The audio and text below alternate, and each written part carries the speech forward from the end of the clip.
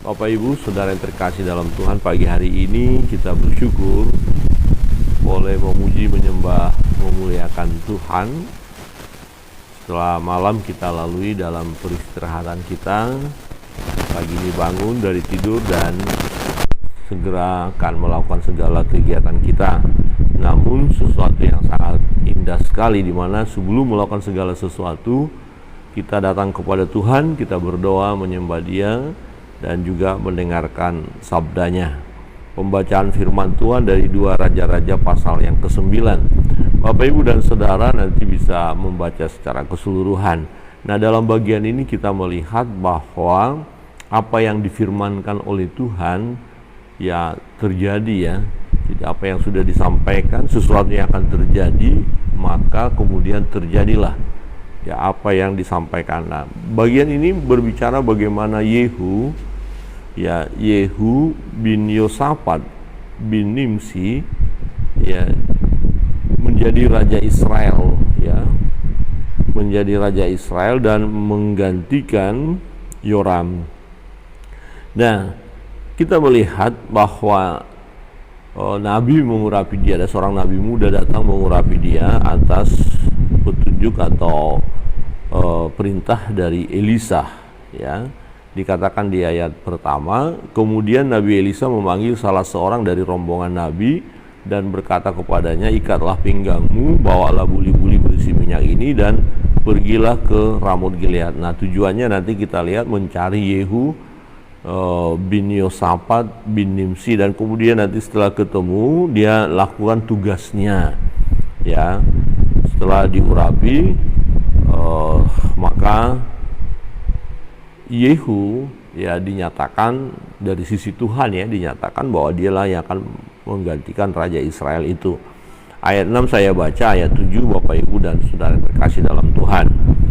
Ayat 6, lalu bangkitlah Yehu dan masuk ke dalam rumah.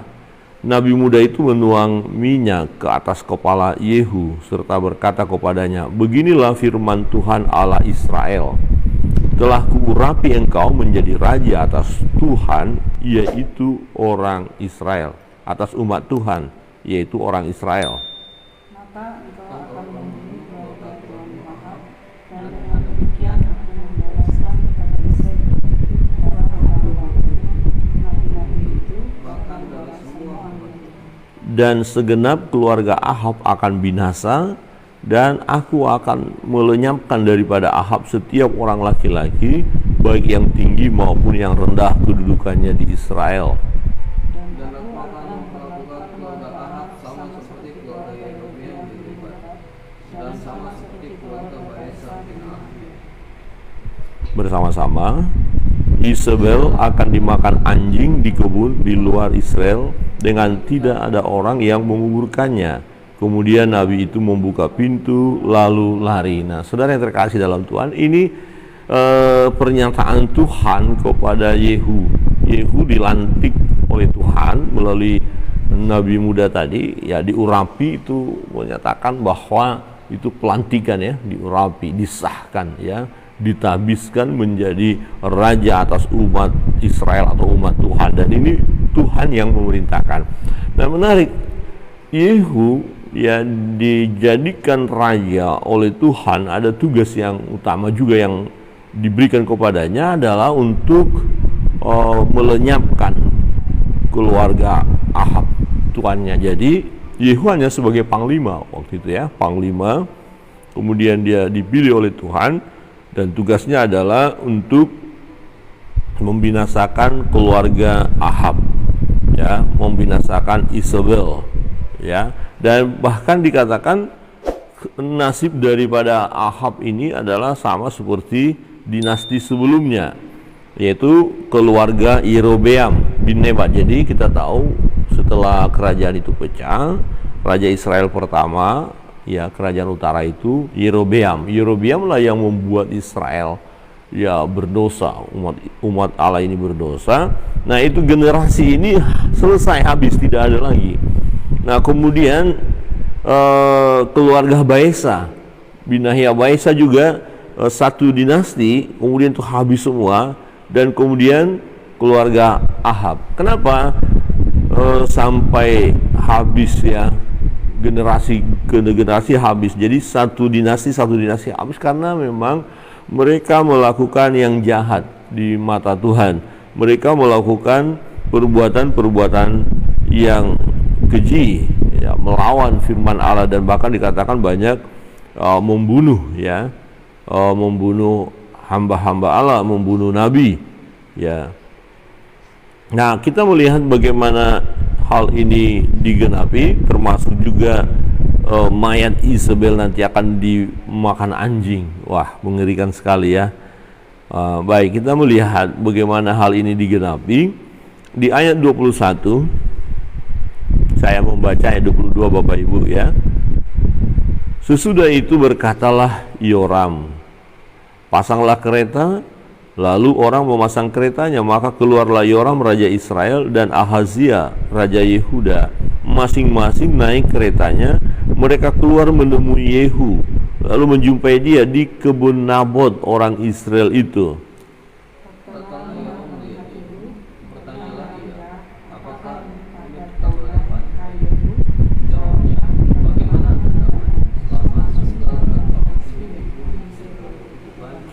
Segera Yoram berputar dan mau melarikan diri sambil berseru kepada Ahazia, "Itu tipu Ahazia."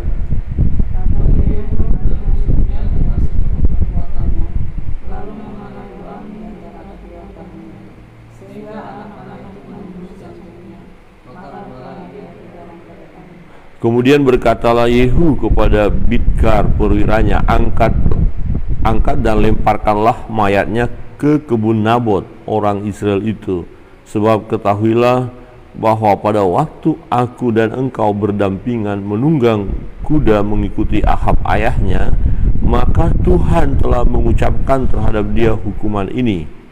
Sesungguhnya aku telah melihat darah Nabot dan darah anak-anaknya tadi malam.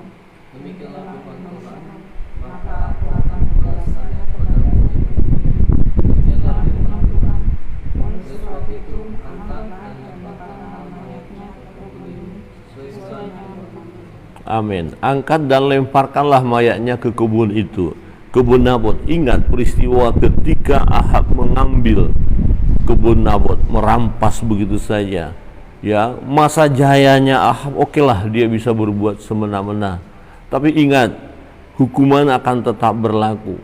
Ya, Ahab mati, ya darahnya dijilat anjing, dikatakan itu tergenapi. Kemudian Yoram anaknya mati dan mayatnya dilemparkan ke kebun itu. Ya. Di ayat 26 tadi, sesungguhnya aku telah melihat darah Nabot dan darah anak-anaknya tadi malam.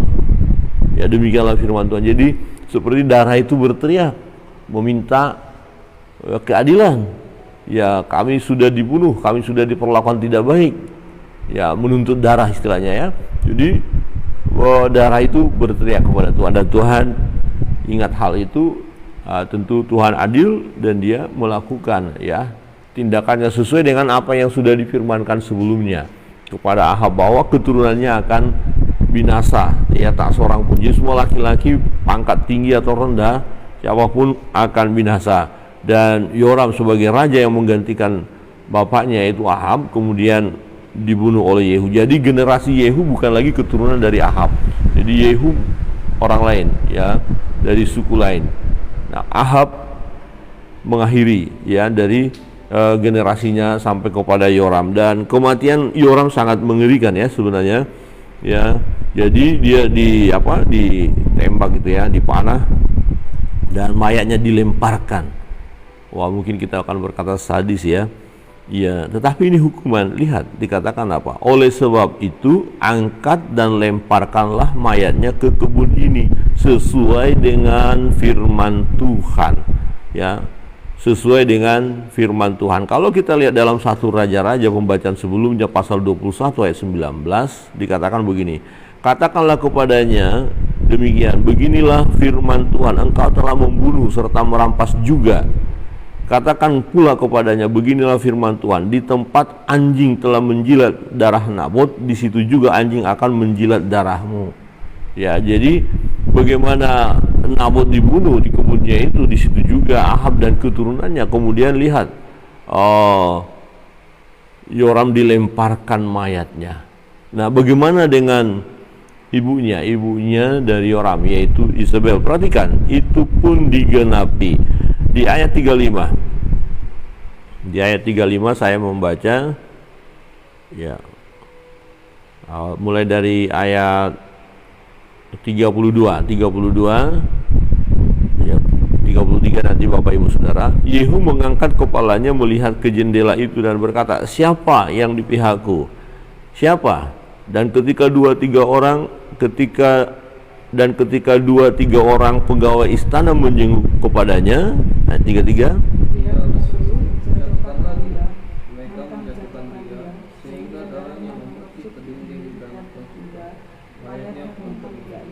Yehu masuk ke dalam lalu makan dan minum. Kemudian dia berkata, baiklah, urus mayat orang yang terkutuk itu dan kuburkanlah dia, sebab ia memang anak raja.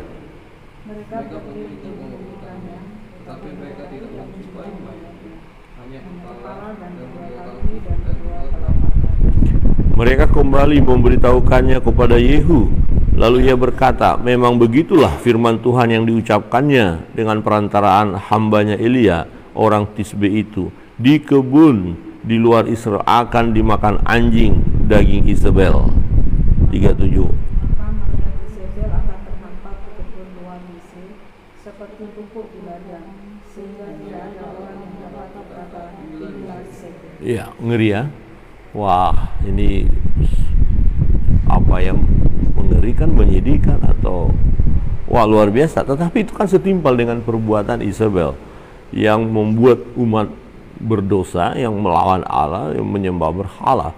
Nah, perhatikan, dikatakan waktu Yehu berkata, ya silakan kuburkan mayatnya. Ayat 35, mereka pergi untuk menguburkannya, tetapi mereka tidak menjumpai mayatnya, hanya kepala dan kedua kaki dan kedua tangan saja. Jadi kepala, kedua tangan, kedua kaki saja. Yang lain kemana? Dimakan anjing, ya. Mereka kembali memberitahukan kepada Yehu, lalu ia berkata, memang begitulah firman Tuhan yang diucapkannya dengan perantara hambanya Elia orang Tisbe itu. Di kebun di luar Israel akan dimakan anjing daging Isabel. Ya, jadi hanya kepala, tangan dan kaki saja yang dikuburkan akhirnya. Yang lainnya dimakan anjing. Ini satu hukuman yang sangat mengerikan, ya. Dan itu hukuman yang sepantasnya bagi Isabel. Jadi kalau kita melihat apa yang dikatakan oleh Allah, apa yang difirmankan oleh Allah, iya dan amin. Jadi jangan pernah kita meragukan firman Allah. Mungkin ada orang berkata, nggak benar ada penghukuman, nggak benar ada hukuman bagi orang yang melakukan yang jahat, kemudian terus melakukan yang jahat, ya tinggal nunggu waktu, tidak bertobat selesai, ya. Dan itu banyak sekali, ya, yang terjadi. Bukannya tidak tahu akan kesalahan, ya, hanya persoalan tidak mau bertobat, tidak mau menghentikan langkah-langkah yang jahat itu. Ya, bahkan ironisnya semakin giat melakukan hal yang jahat. Itulah yang dilakukan Isabel. Ahab melakukannya, Ahab selesai, kemudian anaknya Yoram melakukan juga. Ya, bukannya bertobat. Mestinya kan bertobat karena sudah mendengar apa yang difirmankan Tuhan. Wah, supaya kita tidak sampai terjadi mengalami kecelakaan yang sedemikian rupa, kita harus bertobat. Ingat peristiwa Niniwe yang seharusnya ditunggang balikan oleh Tuhan ketika Yunus pergi di sana dan berkhotbah, ya Niniwe akan ditunggang balikan. Wah, mereka bertobat, mereka menghentikan perbuatan yang jahat, mereka berpuasa, berdoa. Nah, kemudian apa yang terjadi? Ya, mereka diselamatkan oleh Tuhan. Nah, Bapak Ibu Saudara yang terkasih dalam Tuhan, kejahatan demi kejahatan yang dilakukan oleh setiap orang akan mendapatkan ganjaran, ya, setimpal dengan apa yang diperbuat. Maka firman Tuhan katakan, semua kita harus mempertanggungjawabkan apa yang kita lakukan. Ya, kalau kita melakukan yang baik, ya tentu yang baik yang akan kita dapatkan. Kita melakukan hal yang jahat, yang kita terima pun hal yang ya tidak baik, yang mengerikan ya. Jadi tidak ada kebahagiaan yang diterima oleh orang-orang yang melakukan hal yang jahat. Mungkin secara dunia berkata, wah saya jadi perampok, pemabuk, ya, pembunuh, gak ada yang bisa melawan saya orang hebat, jagoan. Ya secara dunia mungkin dia punya uang, kekuasaan dan lain sebagainya. Tapi tunggu waktu, dia akan mengalami kematian yang mengerikan. Ahab sebagai seorang raja semena-mena kepada orang lain, Isabel sebagai istri raja, ya mempengaruhi Ahab suaminya dan kemudian mengendalikan kerajaan itu dengan kejahatannya. Kemudian anaknya Yoram juga melakukan hal yang jahat. Nah, pada akhirnya apa ya yang terjadi? Mereka mengalami kematian, mereka mengalami penderitaan, ya, siksaan, bahkan kematian yang mengerikan. Isabel kita melihat bahwa mayatnya dimakan anjing. Dan waktu pesuruh-pesuruh Yehu berkata, silakan kuburkan. Ya, oh tidak dijumpai mayatnya. Dan Yehu berkata, memang begitulah firman Tuhan, memang tidak akan dijumpai karena akan dimakan anjing. Jadi apa yang difirmankan Allah akan digenapi. Jadi mari kita pegang firman Tuhan, percayalah ya kepada firman itu. Ya, jangan kita menganggap remeh, jangan mengabaikan. Jadi kalau ketika kita hidup dalam kejahatan, kita tahu firman Tuhan memerintahkan kita untuk berhenti melakukan yang jahat, untuk bertobat, untuk kita menyerahkan anggota-anggota tubuh kita kepada senjata-senjata kebenaran, ya lakukan. Jangan senjata-senjata dosa atau kejahatan yang kita lakukan. Jangan perbuatan dosa, tetapi mari kita mempersembahkan hidup yang terbaik kepada Tuhan. Amin.